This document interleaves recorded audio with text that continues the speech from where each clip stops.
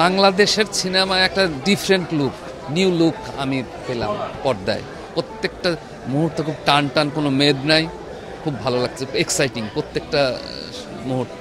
মানে মনে হচ্ছিল একটা ডিফারেন্ট কোনো একটা ওয়ার্ল্ডে ছিলাম এবং দেখছিলাম সব কিছু, ওইখানেই উপস্থিত ছিলাম। ওখান থেকে এখন একটু বেরোইছি বিরতি নেওয়ার জন্য, একটু পরে আবার যাব। আমি খুব খুশি এই কারণে যে এত দর্শকের উত্তেজনা, আকর্ষণ, তার মানে সিনেমা আবার ফিরে আসছে।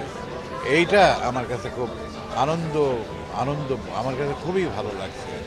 মানে খুব ভালো এফোর্ট একটা এবং খুব পরিশ্রমের কাজ দেখেই বোঝা যায়।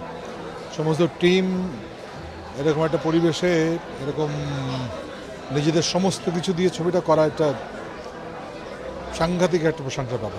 আমি বলতে চাই যে অবশ্যই এটা একটা পজিটিভ সাইন, দর্শকদের আগ্রহ তৈরি হচ্ছে, আবার বাংলার ছবির দর্শকরা সিনেমা হলে ফিরে আসছে, এটি হচ্ছে আশার একটি। এক্সপেকটেশন অনেক হাই, দর্শকেরও অনেক হাই, কিন্তু তার চাইতেও হাই এই ফিল্ম। হাওয়ার সাথে মানে অনেক দিন পরে আমাদের সিনেমার প্রেমী দর্শকরা আসলে একটা উৎসবের মতো উদযাপন করছে। এবং কারণ অনেক দিন আমরা প্রিপারেশন নিয়েছি, তারপর অনেকগুলো মানুষের অনেক এফোর্ট ছিল, অনেক কষ্ট ছিল, আমরা অনেক স্ট্রাগল করেছি, তারপর আলটিমেটলি কাজটা হয়েছে। আর সুমন ভাইয়া অনেক আগে থেকেই গল্পটা খুব সুন্দর করে মানে লিখেছিলেন, সাজিয়েছিলেন।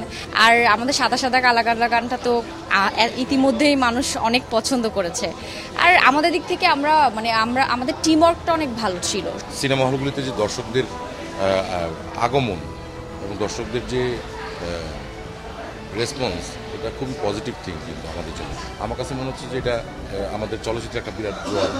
তো গল্পটা আসলে আমাদের চোখের সামনে জীবন্ত হয়ে উঠলো, সে জীবন্ত গল্পের সাক্ষী হতে আসছে, এটা তো একটা ইতিহাস হতে চলছে।